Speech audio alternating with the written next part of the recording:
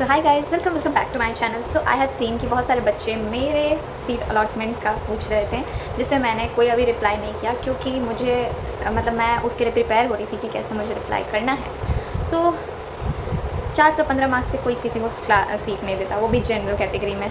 और मेरा जो कोर्स था तो वो ऐसा नहीं था कि हाँ मुझे लाइक बीएससी वगैरह करना था, या फिर मेरा ईडब्ल्यूएस कैटेगरी से मैंने कुछ किया। नहीं, मेरा कुछ भी नहीं था। हालांकि मैं ईडब्ल्यूएस से भी गई यूज़ रही हूँ, ठीक है, लेकिन मेरा फिर भी नहीं था, क्योंकि ईडब्ल्यूएस सर्टिफिकेट बनाने के लिए भी मैंने कुछ भी नहीं किया था, क्योंकि इसके लिए होता है इनकम सर्टिफिकेट, फादर का चाहिए होता है। एंड मेरे घर में मुझको छोड़ के कोई भी एक्टिव नहीं है, तो मेरा कुछ नहीं बना था, ठीक है। तो इसीलिए मेरा कोई भी सीट नहीं मिला है। तो मैं इसको प्रॉपरली वीडियो में ही बताने वाली थी, पहले तो मैं ढंग से बैठ जाती हूँ, इसीलिए मैं बैठ रही हूँ। मेरा घर भी ऐसा है, देखो। तो इसीलिए मैंने ईडब्ल्यूएस सर्टिफिकेट नहीं बनाया था, और इसीलिए मुझे कोई भी सीट भी अलॉट नहीं हुआ है। एंड जैसा कि मुझे चाहिए था कि हाँ मुझे बीबीए या फिर बीएमएस चाहिए था, और मैंने सोचा हुआ था कि हाँ डीयू नहीं भी है तो मेरे पास एक बैकअप ऑप्शन है, लाइक पटना का ही एक college.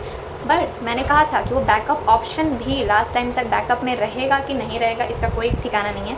It's because of my financial conditions. तो तुम लोगों को मैंने बताया है कि मैंने अपनी बहन का भी जो एडमिशन कराया था, तो जितना भी मतलब एडजस्ट करके पैसा आया था, उसमें मैंने अपना काफ़ी सारा अमाउंट ऐड करके उसका एडमिशन करवाया था। एंड उसके बाद मेरे लिए कोई अमाउंट बचा नहीं था। और mainly I have a father on whom I can't trust at all. हाँ, ये वीडियो में बोलने के लिए बहुत हिम्मत चाहिए, क्योंकि कैसी बेटी है, बेकार है, अच्छी है, बहुत लोग हमको जज कर रहा होगा। ठीक है, कर लो, आराम से कर लो, मुझे कोई दिक्कत नहीं है। बहुत सारे यहाँ पे मेरे रिलेटिव्स भी हैं जो मुझे सब्सक्राइब करते हैं, और बहुत सारे ऐसे लोग भी हैं जो जज करने के लिए एकदम तैयार हैं, तो वो लोग जा सकते हैं आराम से। मुझे अनसब्सक्राइब कर दो, मुझे ऐसा कोई इंसान नहीं चाहिए जो मुझे एकदम जज कर करके, या फिर लाइक ये मैं स्पेशली अपने रिलेटिव्स को लेके बोल रही हूँ, ठीक है, because I hate you all. मैं अब यहाँ पे बोल रही हूँ, ठीक है, आई हेट यू ऑल, ठीक है। तो हमको कोई फ़र्क नहीं पड़ता है किसी से भी अब, क्योंकि ये तो पहले से ही था कि मुझे लास्ट ईयर से ही अपने रिलेटिव से फ़र्क नहीं पड़ता है। जब मैंने जेई का स्टोरी बताया था तो मैंने बताया था कि मुझे रिलेटिव से कोई फ़र्क नहीं पड़ता, मेरे लिए सिर्फ 5 फैमिली मेम्बर्स हैं, in which I count my mother, my sister, my चाचू, माई आंटी एंड मी, बस, ठीक है। तो उसके अलावा नहीं है मेरे लिए कोई। तो फिर ये क्या, तो I was depend upon my father. Obviously सारा बच्चा उन्हीं पर डिपेंड हो सकता है, और किसी पर तो नहीं हो सकता। तो और मैंने ये भी बोला था कि लास्ट टाइम पे उनका ऐसा होता है कि वो बोलेंगे हम कहाँ से करें।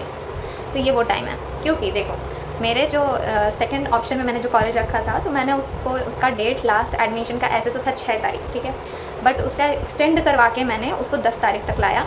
एंड उसके भी 10 तारीख के बाद एक्सटेंड करवा के, लाइक मैंने टीचर से बात करके फिर उसको 17 तारीख की है, ठीक है, 17 जो आज है डेट, क्योंकि 16 तारीख को डीयू का सीट अलॉटमेंट आने वाला था। तो मैं पूरा टाइम मना रही थी कि मेरा सीट अलॉट हो जाए, क्योंकि यहाँ पे कम पैसे में हो जाएगा। तो मैं दिक्कत से भी रह लेती, मतलब दिल्ली में, मतलब कैसे भी रह लेती।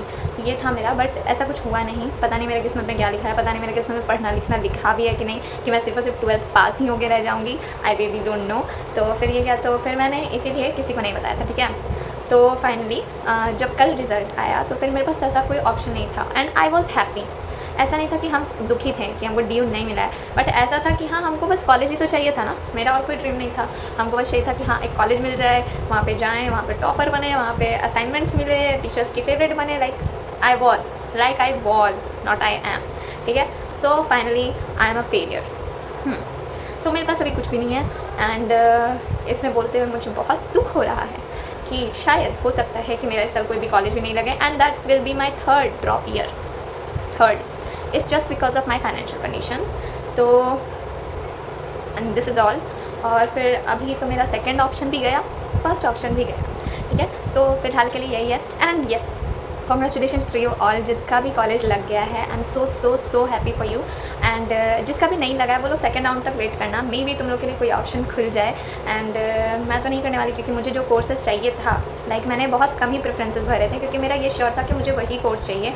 एंड उससे नीचे मैंने BBE, जैसे कि मैंने BBA किया भरा था, BMS भरा था, BBE भरा था, BA भरा था, BA इन जर्नलिज्म, जबकि मुझे जर्नलिज्म में ज़रा इंटरेस्ट नहीं है, लिटरली मुझे बिल्कुल नहीं पसंद है जर्नलिज्म।